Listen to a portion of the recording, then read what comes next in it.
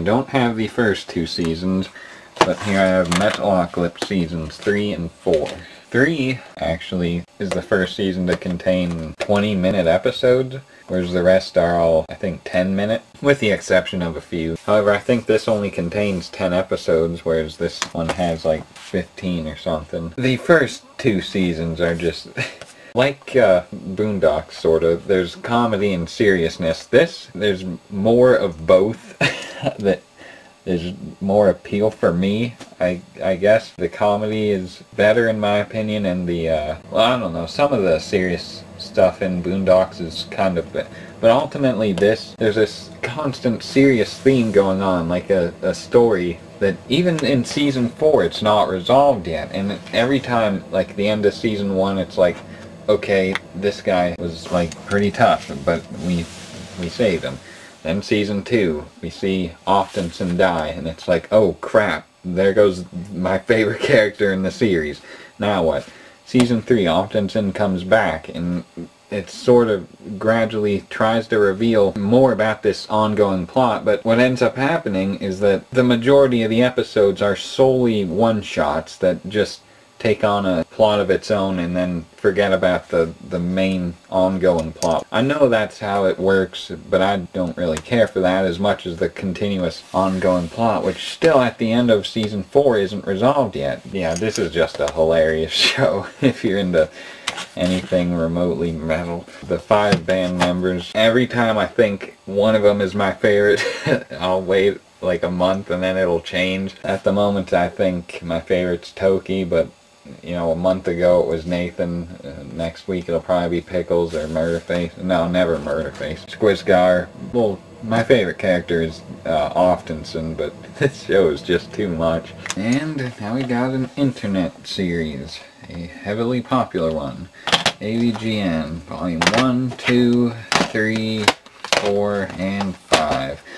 And there's a sixth season out, which I may get, I don't know. There's hardly any episodes in that, which he even commented on. He made a video about it. Still looks promising, so I may get that. Now that I have a Blu-ray player with YouTube capabilities, I can easily watch them from there, although sometimes YouTube doesn't load and stuff, sometimes internet's down. Same with Wii, I can technically watch YouTube vids on the Wii, but this just, same with South Park, you know, there's South Park Studios, so I mean technically I could be watching these for free, but there's just something about just sitting down, watching them without having to worry about it not working. Play the DVD and just sit back and watch it. If you don't know what the series is, this guy James, he talks about old video games, and if you are even remotely, and I mean remotely, into video games and don't know who this guy is, you gotta watch his videos right now. They are pretty hilarious. The way he does his videos is so entertaining, and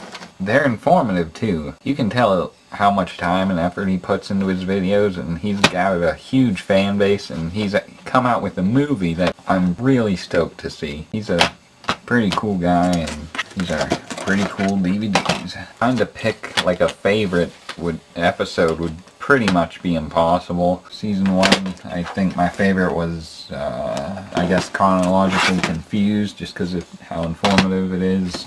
Season 2, that's already too impossible. The Ghostbusters is just hilarious. The Sega CD in 32X is pretty informative. The Bugs Bunny, Season 3, you got the CDI review, Frankenstein, the Mario review, which is pretty informative, albeit the Wizard half of that review got cut from the DVD because it's got copyrighted clips. Season 4, the Castlevania review, which is heavily informative. Street Fighter 2010, Ninja Gaiden, Hide, Action 52, Revisiting. There is a somewhat of an order here, but for the most part these genres are kind of going back and forth now because this is just personal preference, I guess. Ed, Edd n Eddy, Season 1 and 2. As you may or may not be aware, these two are the only seasons released in North America, which fans are extremely disappointed about, to the point where they buy the, I think, Vietnamese copies of this by Region 3 DVD players just to get Ed, Edd n Eddy seasons 3 through 5, because on those DVDs they have a track for the English version, which is absolutely ridiculous. Like, why don't they just release season 3 through 5. It's completely uncalled for that they stopped here. If you get this not knowing what to expect, you might not like it, but if you know what it is and you know you like it but weren't sure, it's definitely worth it. It's such a shame that these are the only 2 seasons they released in North America. Such a shame. And the special features, I'm Not Coming In Today is probably one of the most nostalgic things about old school Cartoon Network just ever. Yeah, this doesn't have My Best Friend Plank. That was just on the Ed, Edd n Eddy video game, but yeah, this is a cool show from my childhood. A series that I haven't really watched since probably 2005, Avatar: The Last Airbender, Book 1, Water, Volumes 1 through 4. This was a show on Nickelodeon before. For the longest time it seemed that it was just the Book 1, Water. I was always waiting for there to be an Earth book, because at the time that was my favorite of the elements, because it was just, you know, my style of, you know, strong.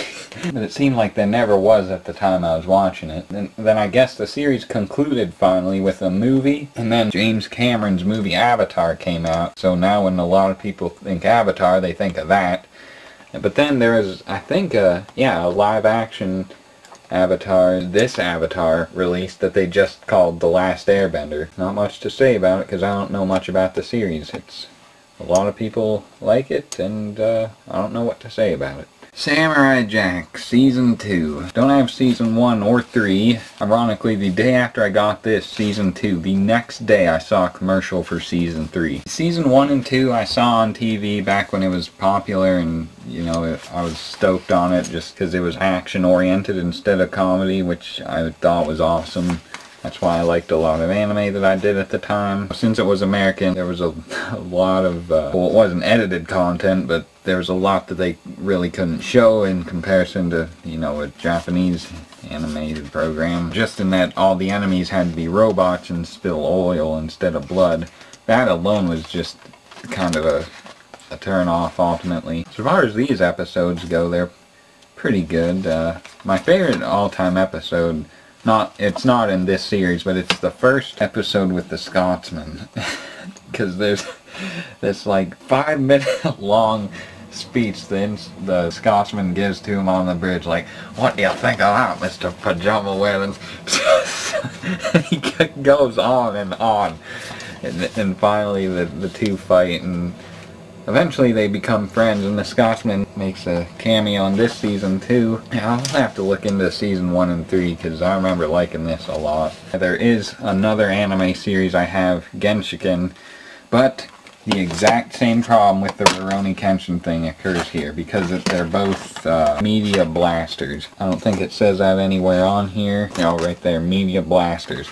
What that pretty much means is that when you got a series of a bunch of episodes and discs, that it's gonna be on a spindle like this, and the same thing will apply to me solely, that once you take it out of the thing, your DVD's broken and it won't play. So that's my review of that. The series looks pretty entertaining, but I'll never know because I'll never be able to watch it.